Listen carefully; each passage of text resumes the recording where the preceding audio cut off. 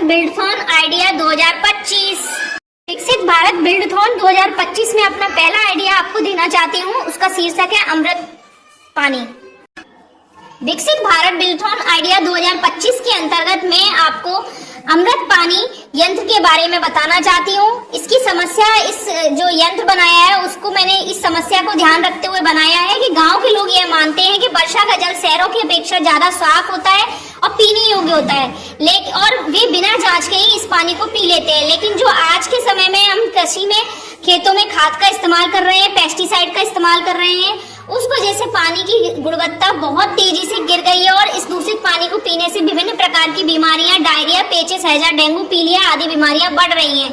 समस्या का कारण यह है कि खेतों में रासायनिक खाद बहुत तरीके से इस्तेमाल हो रही है और कीटनाशकों का अत्यधिक प्रयोग हो रहा है। दूसरी बात यह है कि वर्षा का जल का जो संरक्षण है वो सही तरीके से नहीं हो रहा है और साफ सफाई का अभाव है। हेडपंप, कुएं, समरसेबल साफ नहीं की जाती।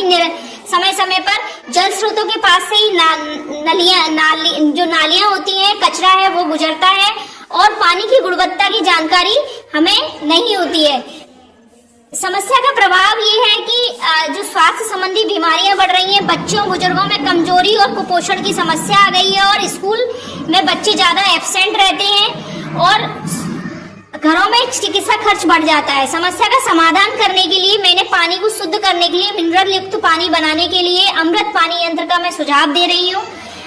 इस पानी से फिल्टर किए हुए जल में जो खनिज लवण है उनकी पौष्टिकता बनी रहती है और जो स्वास्थ्य के लिए लाभदायक होती है। यंत्र की कार्यविधि यह है कि सबसे पहले हम 3 मटके लेते हैं, उसको चित्र के अनुसार ढक लेते हैं, पहले और दूसरे मटके में छेद कर लेते हैं और उसको रुई से कवर कर लेते हैं और सबसे पहले मटके में लकड़ी का कोयला, छोटे पत्थर, बड़े पत्थर डाल देते हैं और उसके बाद उसमें दूसरे मटके में रेत और रुई डाल देते हैं और तीसरे मटके को खाली छोड़ देते हैं और 3-4 तांबे के सिक्के डाल देते हैं और तीसरे मटके में नल भी लगा हुआ होता है साफ पानी लेने के लिए।